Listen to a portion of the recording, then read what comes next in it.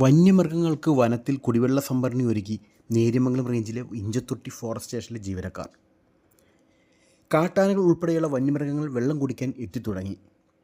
പടുതാക്കുളം നിർമ്മിക്കാൻ ചിലവായ തുക ജീവനക്കാർ തന്നെ കണ്ടെത്തുകയായിരുന്നു. നമുക്ക് വിശദമായ വീഡിയോ കാണാം.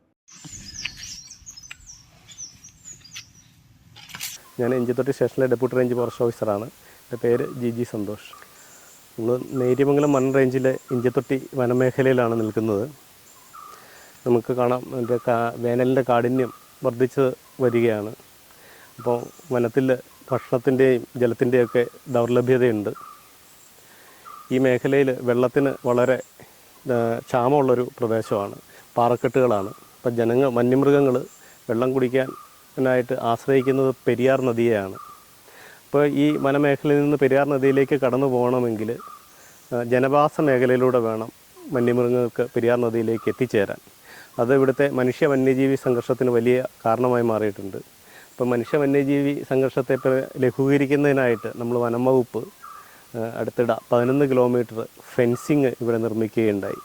അപ്പോൾ ഫെൻസിങ് ഇവിടെ ഇട്ടതോടുകൂടി മൃഗങ്ങൾക്ക് പെരിയാർ നദിയിലേക്കുള്ള അതിൻ്റെ യാത്രയ്ക്ക് അതിൻ്റെ കൊറിഡോറ് തടസ്സമായി. അങ്ങനെ ഒരു സാഹചര്യത്തിൽ ഇതിന് വെള്ളം കുടിക്കുന്നതിനും ദാഹമകറ്റുന്നതിനും ഒക്കെ ഒരു ബുദ്ധിമുട്ട് വന്നു. അപ്പോൾ കഴിഞ്ഞ ദിവസം ഞങ്ങൾ ജീവനക്കാർ ഇവിടെ വരുമ്പോൾ ഒരു കാട്ടാനക്കൂട്ടം, അതിൻ്റെ കൂടുതലൊരു കുഞ്ഞുമുണ്ട്, അത് ഫെൻസിങ്ങിൻ്റെ അടുത്ത് വന്നിട്ട് ഇങ്ങനെ വെള്ളത്തെ അങ്ങോട്ട് കടന്നു പോകാൻ സാധിക്കാതെ ഇങ്ങനെ നിൽക്കുന്നത് കണ്ട ജീവനക്കാർക്ക് അത് വളരെ ബുദ്ധിമുട്ട് തോന്നി. അപ്പോൾ ഞങ്ങൾ ഈ ഭാഗത്ത് ജീവനക്കാരെല്ലാവരും കൂടെ ചേർന്ന്, സർക്കാരിന് പ്രത്യേകിച്ച് യാതൊരുവിധ ബാധ്യതയും അതിലുണ്ടായിട്ടില്ല, ഞങ്ങളൊരു കുളം കുഴിച്ച് പടുതാക്കുളം നിർമ്മിച്ച്, അതായത് ഒരു 6 മീറ്റർ നീളവും 5 മീറ്റർ വീതിയുമുള്ള 1 മീറ്റർ ആഴത്തിൽ മണ്ണ് നീക്കം ചെയ്ത് പടുത കൊണ്ട് ഒരു കുളം നിർമ്മിച്ച് 50,000 ലിറ്റർ കപ്പാസിറ്റിയുള്ള ഒരു ചെറിയൊരു കുളം, ഒരു ജലസ്രോതസ് ഇവിടെ നമ്മൾ നിർമ്മിച്ചിട്ടുണ്ട്.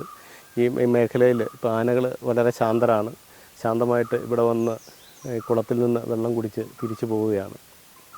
അതിപ്പം ഇതിൻ്റെ അകത്ത് എല്ലാ ജീവനക്കാരും ഒറ്റക്കെട്ടായി നിന്ന് എല്ലാവരും കൂടെ ഒരുമിച്ച് ചേർന്ന് ചെയ്ത ഒരു പ്രവൃത്തിയാണിത്. വനംവകുപ്പ് ഇനി ഇതുപോലെ തന്നെ സ്റ്റേഷൻ്റെ വിവിധ ഭാഗങ്ങൾ ഇതുപോലെ 1-2 കാര്യങ്ങൾ കൂടി ചെയ്യാൻ ഞങ്ങൾ ആഗ്രഹിക്കുകയാണ്.